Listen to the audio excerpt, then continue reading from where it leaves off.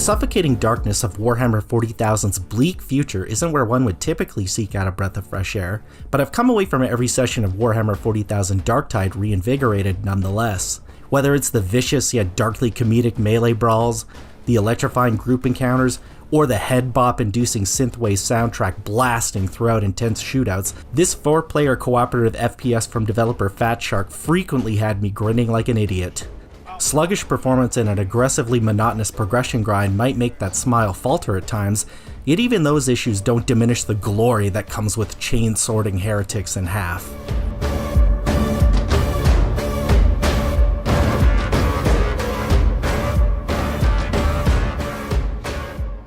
Darktide opens like many other wondrously over-embellished Warhammer 40,000 stories before it, with a legion of chaos-worshipping poxwalker traitors causing trouble.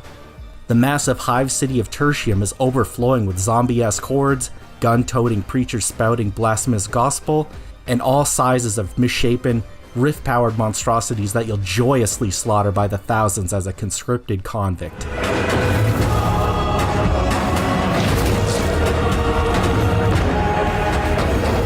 Regrettably, Darktide's story never grows into a tale worthy of note across its 13 playable missions.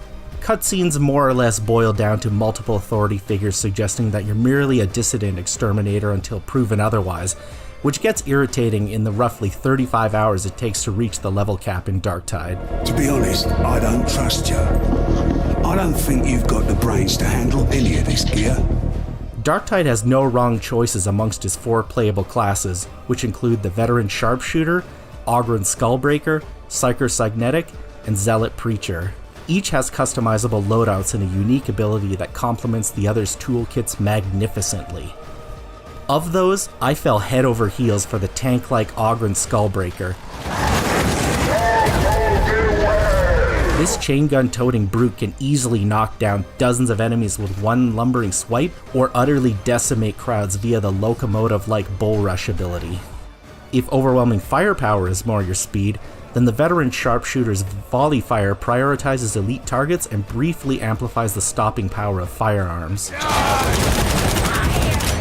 Psyker Cynetics use staffs to force push crowds, then follow up with a gruesome brain bust that, well, you can see the name isn't metaphorical.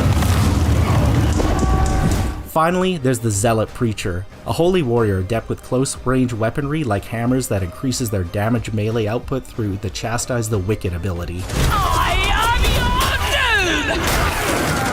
Classes feel distinct since there's not too much overlap with weapon types, though multiple classes can use smaller arms, such as las pistols. Regardless of who you roll with, Darktide's shockingly in-depth melee combat will consistently test your hand-to-hand martial prowess. Light, heavy, and special attacks are all chainable to brilliant results. It's endlessly satisfying to slice and dice a dozen poxwalkers, then blocking an incoming overhead hammer swing from one of the more sentient enemies before shoving them away.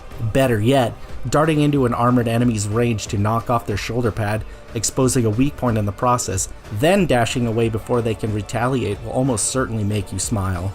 Heck, I even let out a good belly laugh after lopping off some poor sod's arm, because he examines the bloody stump before falling over as if this were a Wile E. Coyote and Roadrunner bit. Darktide isn't shy about those tongue firmly in cheek moments that Warhammer 40,000 does so well. Unfortunately, getting into those busy, up-close exchanges reveals Darktide's performance and technical woes. My admittedly aging RTX 2080 may not be a top-tier GPU anymore, but it's not so far out of date that the frame rate should slow down to near slideshow levels when the bodies start piling up. Yes, Darktide can be very pretty. I regularly found myself looking up from Tertium's seedy underbelly to admire the ornately detailed superstructures above. However, those gothic sights would be more impressive if achieving a halfway decent frame rate didn't require lowering most quality settings to medium at 1080p, even with NVIDIA DLSS enabled. Worst of all, crashes and disconnects happen with no rhyme or reason. These aren't frequent, and overall stability has seen noticeable improvements since launch, but randomly dropping out mid-shield bash got my blood boiling on numerous occasions. Thankfully, everything tends to stabilize once you're picking off nasties from afar, Darktide's firefights may be less frenetic than its melee tussles, but they are no less exhilarating, largely thanks to how the suppression system works. Taking shots at foes who know better than to shamble into bullets mindlessly will make them hide behind cover.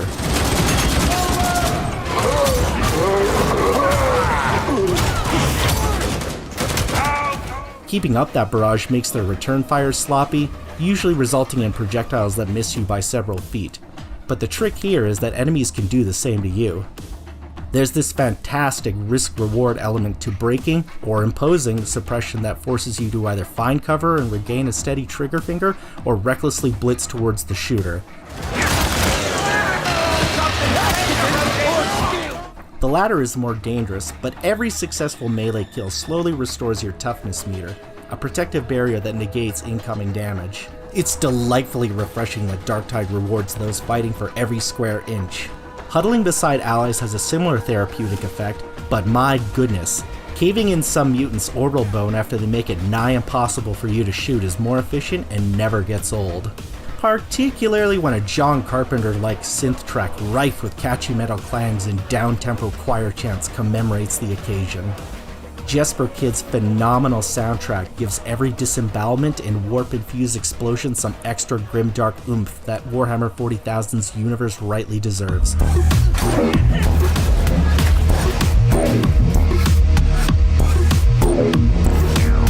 Darktide's impressive assortment of more than 15 different enemy types will also have you strategizing on the fly, doubly so on the latter half of its 5 difficulty levels.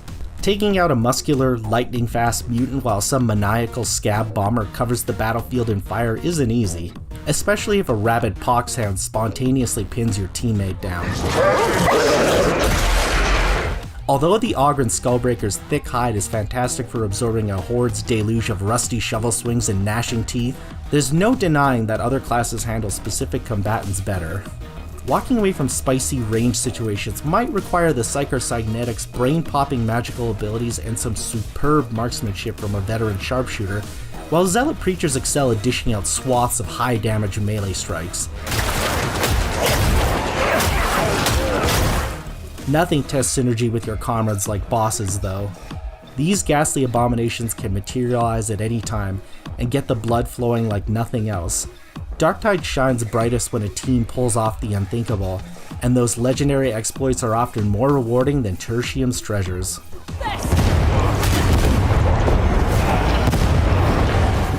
I'm not blowing smoke either, since Darktide's various progression treadmills are stingy beyond belief.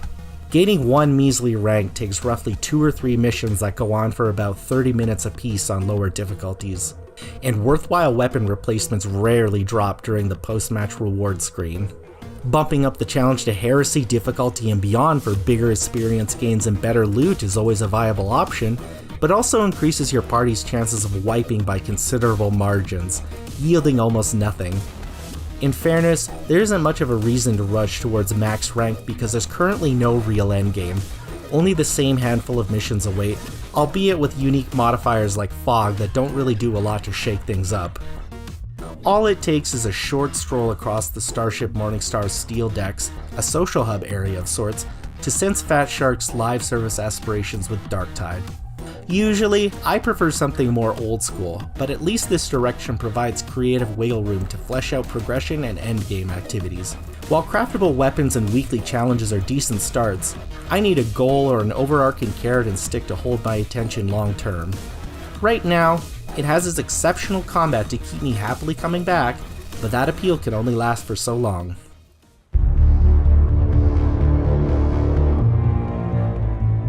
Warhammer 40,000 Darktide is, without question, the most entertaining co-op FPS I've played since Left 4 Dead 2. That careful balancing act between multiple methods of murder is ceaselessly entertaining, especially while hatching diabolical plans with your buddies to silence whatever horrors lurk in Tertium's plague-ridden streets. Tedious between-mission progression and persistent framerate dips are the only things that can occasionally spoil that fun, which is a shame when Darktide otherwise nails virtually every other fundamental of its genre. Regardless, I firmly believe anyone with even the mildest interest in crushing unholy dissidents under a half-ton boot should try it out for themselves. For more, check out our reviews of the Callisto Protocol or Marvel's Midnight Suns. And for everything else, keep it right here on IGN.